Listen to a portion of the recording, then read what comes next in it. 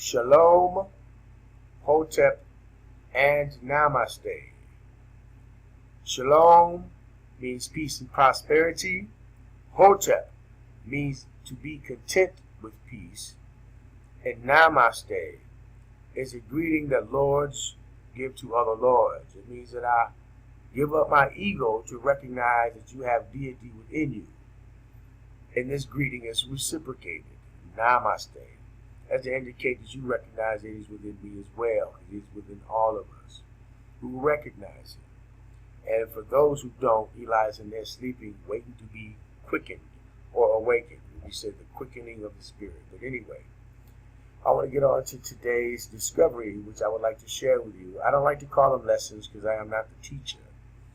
Only God in heaven is the teacher, as you read in Matthew chapter 13, that he is the teacher of the mysteries of heaven. When Jesus speaks, he says it's not his words you hear him speak, but the words of the one who sent him, or Yahushua. I'm still training myself not to say that name, which we'll get into that later, because his true name is here on the earth is Yahushua, Aramaic. And that's actually a mathematical language. But anyway, I want to get down to this right here. Why do I feel it's important to break this down? Is because of this.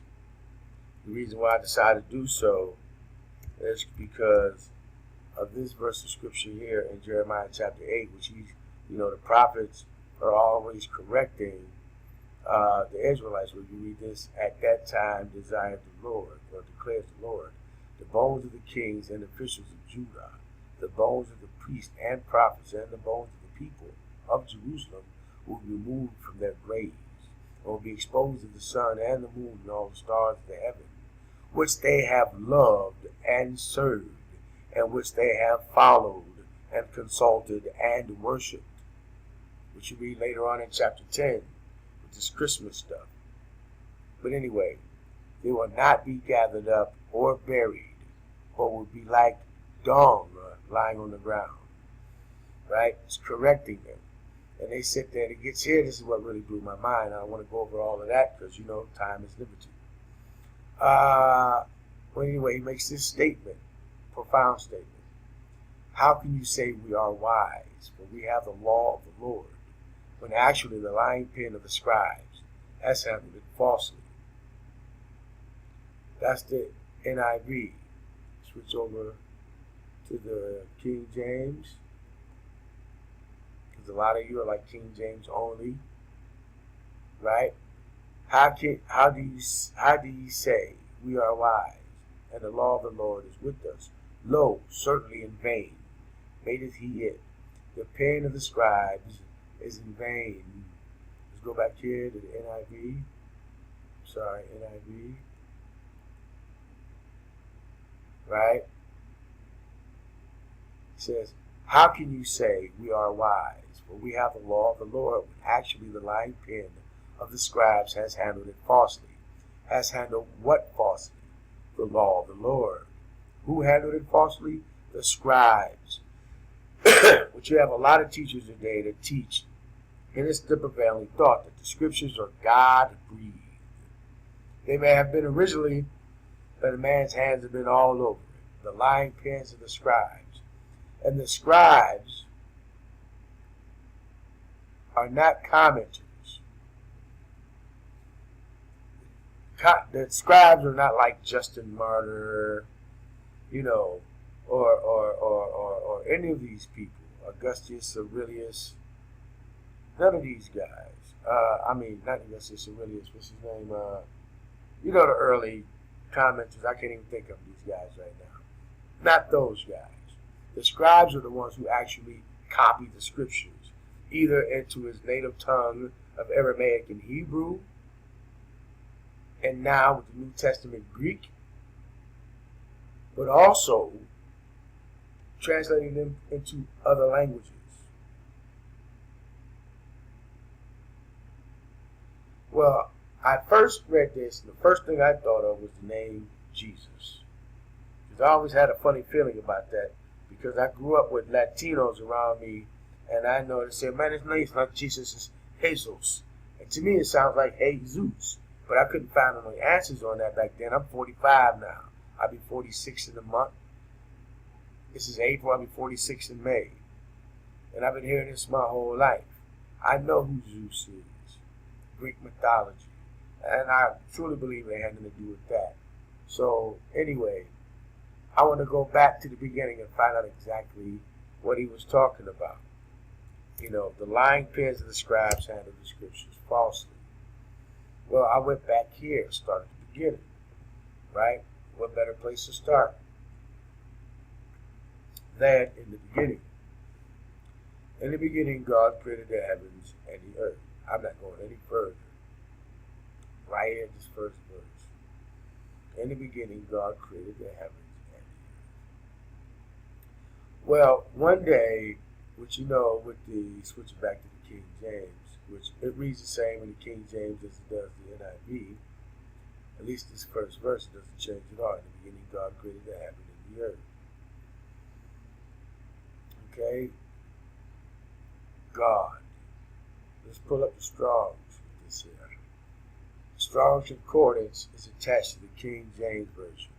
If I switch this to any other translation, even the New King James, the Strong's would be unavailable because it's not in association with the other translations. Only the King James, the original King James.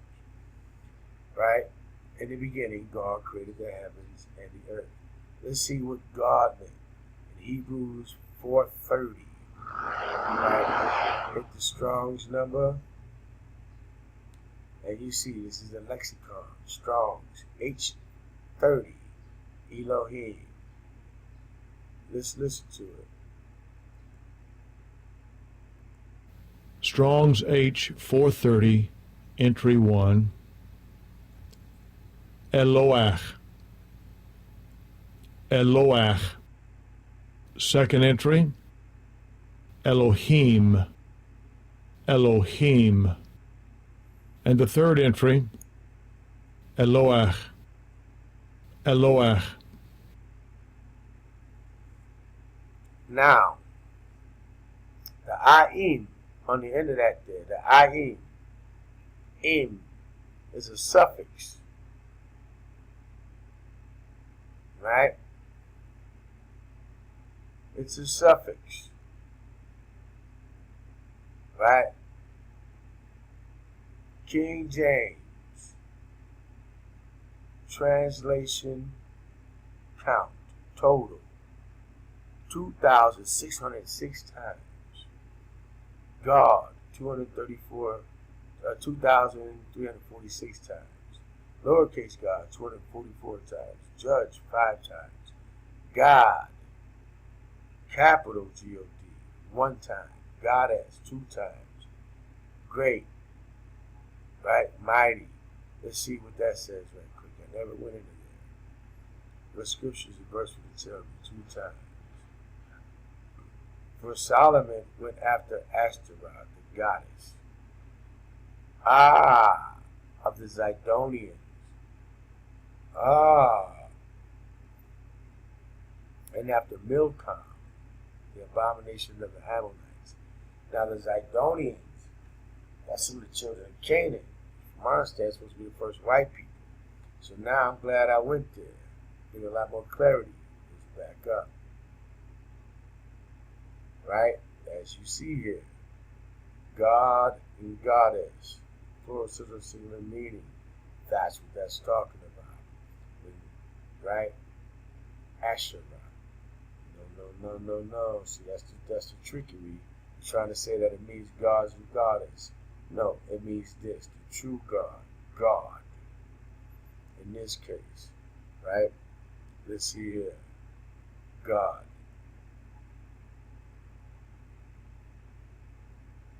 Right where we are, Genesis 1:1, one true God. See, that's the problem. A lot of times you don't go deep enough. You know, you can't find the root. But anyway, Elohim, plural meaning, rulers, judges, divine ones. But this is including us as well, right? Judges, God, lowercase, 244 times. In the beginning, God created that in lowercase, right? Anyway, let's go back.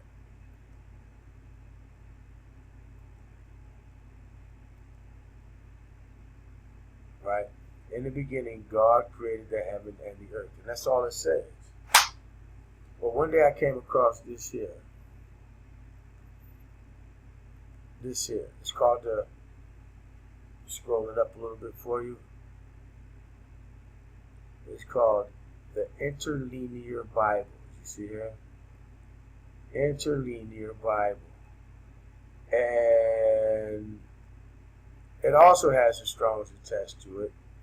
What you have is you have the English and the Hebrew presented on the same page, which is just like it has in the King James. In the beginning, God created the heaven and the earth.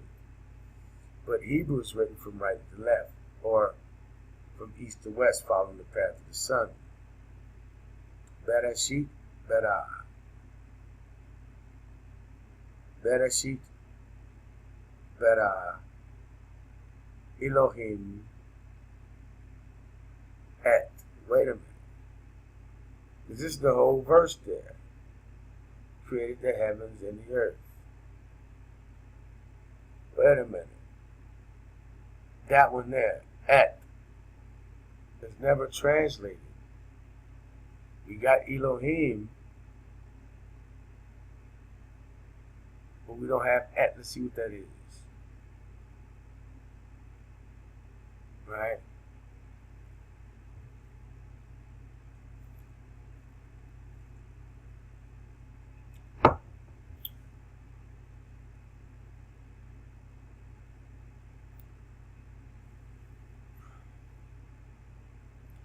Now here's something a lot of us here in the West who speak English has to realize. With us having our understanding of the English alphabet, none of the characters in the Hebrew alphabet, A, B, C, D, E, F, G, the characters don't have a meaning. You don't start deriving meaning until you start combining these letters into words. However, in the ancient Hebrew, each character had a meaning. We're going to get into that too in this video. But anyway, that Et is actually comprised of the Aleph and Tau, which we can see right here in this image here, Aleph and Tau, or Tav, right? Aleph and Tau, which we know it to be the first and last letter of the Hebrew alphabet, the first and the last, which each character has a meaning. A, B, C, D, E, F, G, Aleph, Bet, Gamo, Dalet, so on and so forth. Each character has a meaning, and they actually tell a story from beginning to end. If you decipher the meaning of the Hebrew alphabet from beginning to end, from Aleph to Tau, you get a full picture of what's going on in this cycle. But anyway, you want back here to Et. There it is, Aleph and Tau. Aleph and Tau, right? Original word. Phonetic spelling, and together the Aleph and Tau actually form a word, which is pronounced as such. Eat. Et. Definition. Sign of the definite direct object, not translated in English, but generally preceding and indicating the accusative. Not translated in English,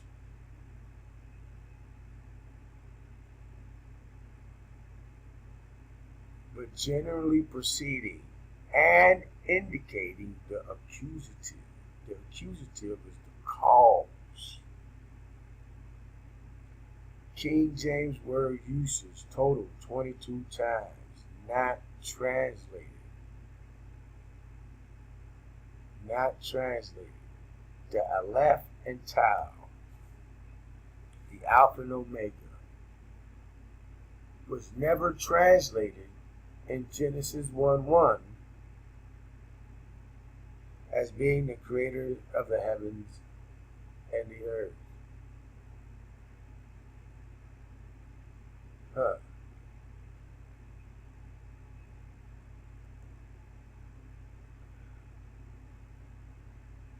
Alright, this thing's going to be slow.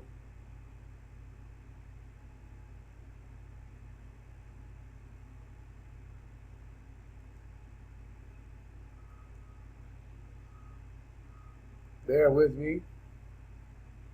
Alright, here we are.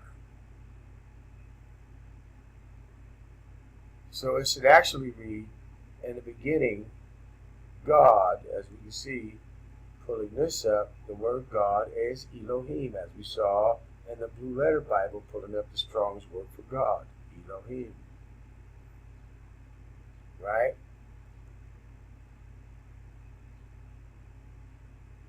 In the beginning, Bereshit, Bara, Elohim et, created the heavens and the earth.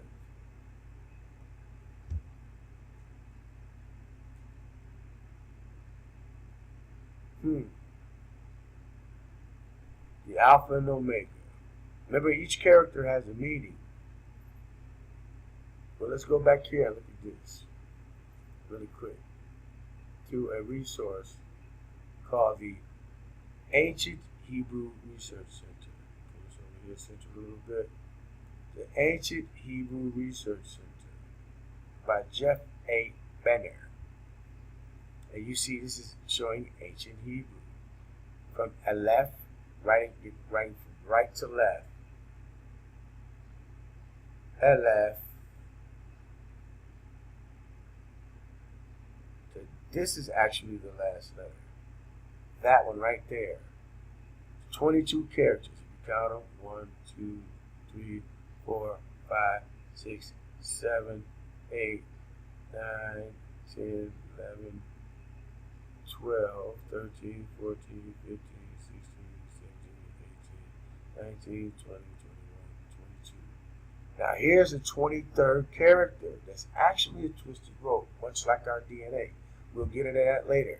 But the last character in the modern Hebrew alphabet, and even the middle period, is the Tau. So he's calling himself from Aleph to Tau, not the Ga, or Dayan as they call it now. But anyway, let's get down to the meaning, which I have it on the Gayan right there. I'm going to back up, because that's for another video. It's not for this one. I'm going to set to this, right? The Aleph. This is the imagery, early Hebrew, middle, which the early is of an ox head. We're going to read that. The middle period is actually of a plowshare. Looks like a sideways A. Remember, pointing from east to west, following the path of the sun. Right? Late Hebrew, modern Hebrew, which they're exactly the same. Right? Just one, the modern Hebrew is calligraphy. It's an artistic style.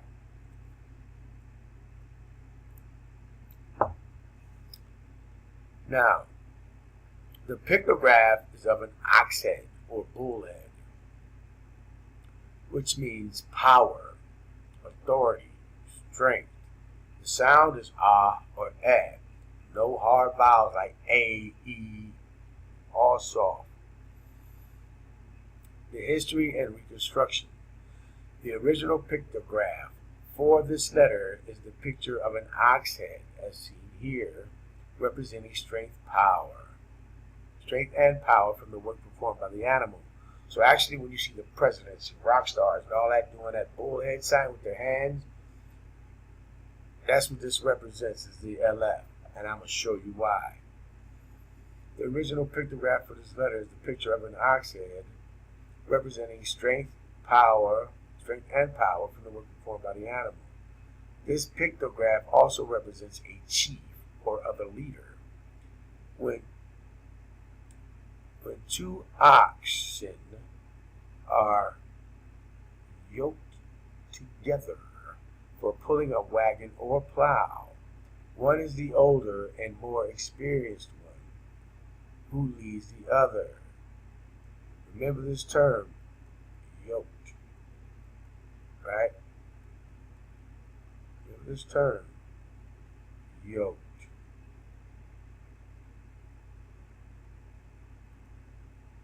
Yoked, yoked together for pulling a wagon or plow.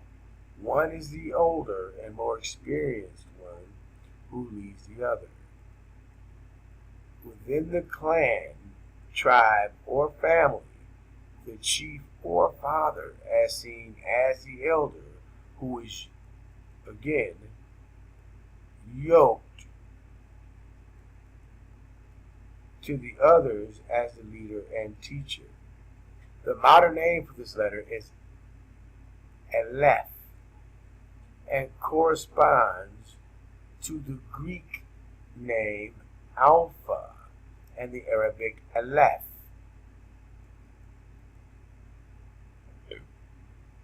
The various meanings of this root are oxen, yoke, and learn. Oxen, yoke, and learn.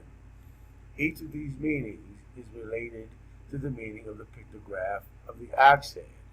The root Aleph Lamed Peh is an adopted root from the paired root Aleph and Lamed, Al, written as Aleph and Lamed, an original script meaning strength, power, and chief, and is the probable original name of the pictograph for the ox head. Now, the Lamed is a shepherd's staff and represents authority as well as a yoke. See the letter Lamed. When combined, these two pictographs mean strong authority. The chief or father is the strong authority.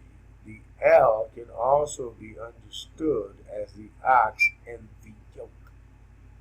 Many Near Eastern cultures worship the god El, as was depicted as a bull in carvings and statues. Israel chose the form of a calf, young bull, as an image of God at Mount Sinai, showing their association between the word El and the ox head or bull, and is also commonly used in the Hebrew Bible for God or God.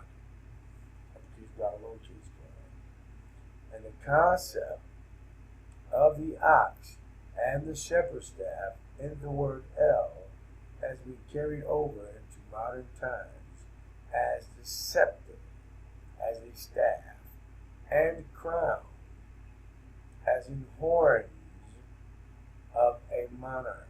There's a reason why Michelangelo presented Moses with horns, and I'm going to show you why. The leader of a nation, right? This crown, right? Going back to read that again.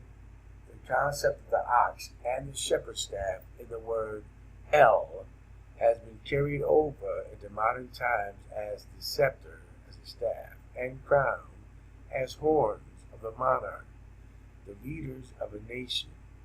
These modern items are representative of the shepherd's staff and ancient sign of authority and the horns of the ox. It's the reason why you see them carrying the ox head, because they are your master. They're the ones who teach you everything through their school system, through their religions, through their media, through their entertainment, through their universities, everything. They teach you everything. If it ain't for them, you don't know nothing, because you don't reach out to learn nothing. You're too busy want to play. But anyway, that's most people anyway. But here we go, right? Trying to enjoy life instead of trying to learn. But anyway, let's go here and look at what's now the last letter, Tau. Center this, right? The name Tau or Tab. Pictograph. Cross sticks. Mark, sign, signal, monument. The ancient history and reconstruction. The ancient pictograph of cross sticks is a type of mark, probably of two sticks crossed to mark a place, similar to the Egyptian hieroglyph of the crucifix, a picture of two cross sticks. This letter has the meanings of mark, sign, and signature.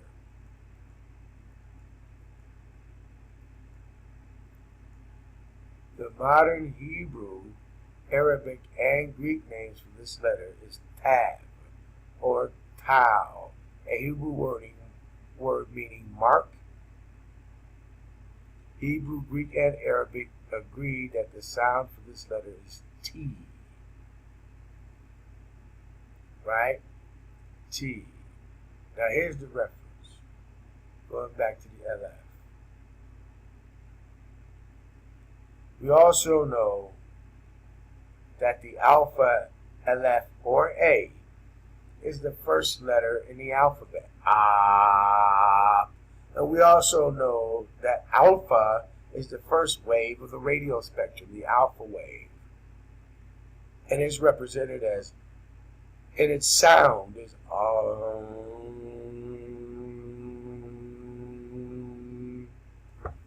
Now we're going to look at something else right quick. Pull this up. Back up out of here.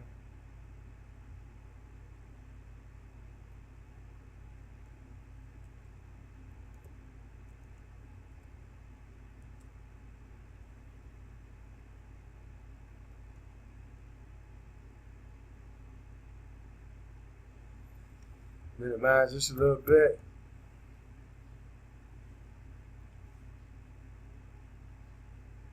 Importantly,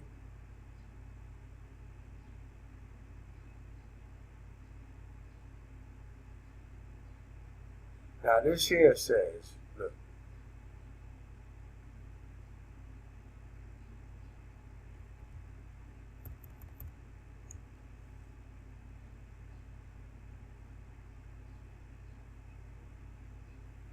the term yoga in so many contexts and in so many ways, it's hard these days to know what anyone is talking about when they say something like, I do yoga, or I study yoga, or I teach yoga. Thanks to this great book on yoga dedicated to an emeritus professor here at IU, I think I now have a bit more of a grasp of what yoga means. Yoga has 5 principal meanings according to the editor of the book. Theory and practice of yoga, essays, a system of discipline for the attainment of some goal. The goal of the system is discipline. And that's what disciples were, once we learned the discipline.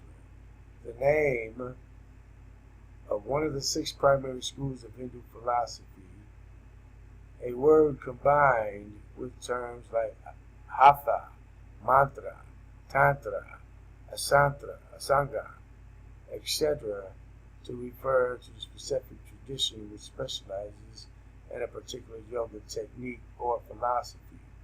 The techniques of controlling the body and or mind, right? Importantly, yoga did not mean yoke or union in its classical uses, despite what most yoga teachers and popular writers on yoga say today.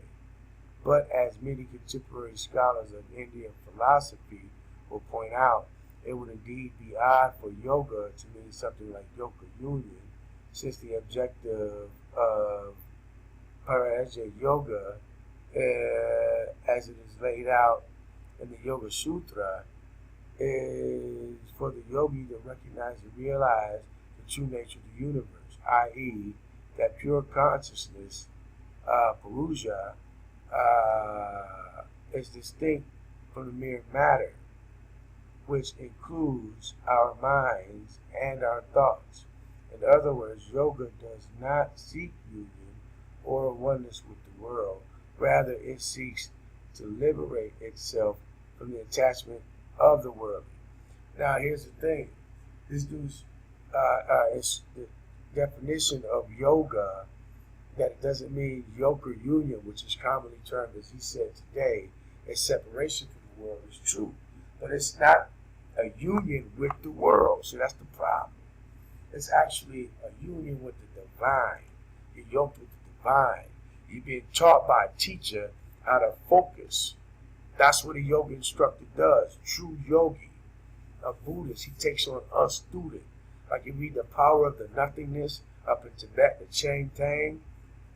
That's what it actually means. Yes, it does.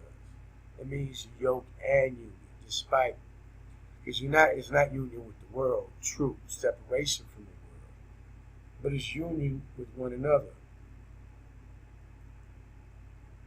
right? And this all ties into the brazen serpent of Numbers 21 in John chapter 3, right? The snake is in your body, right?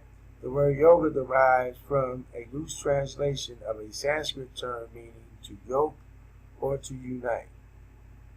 To yoke with what? The purpose of all yoga is union with ultimate reality, unusually seen as a remote Hindu godhead or an impersonal God or divine force through the realization of divine God's self. So it's not union with the world. Yoga means yoke.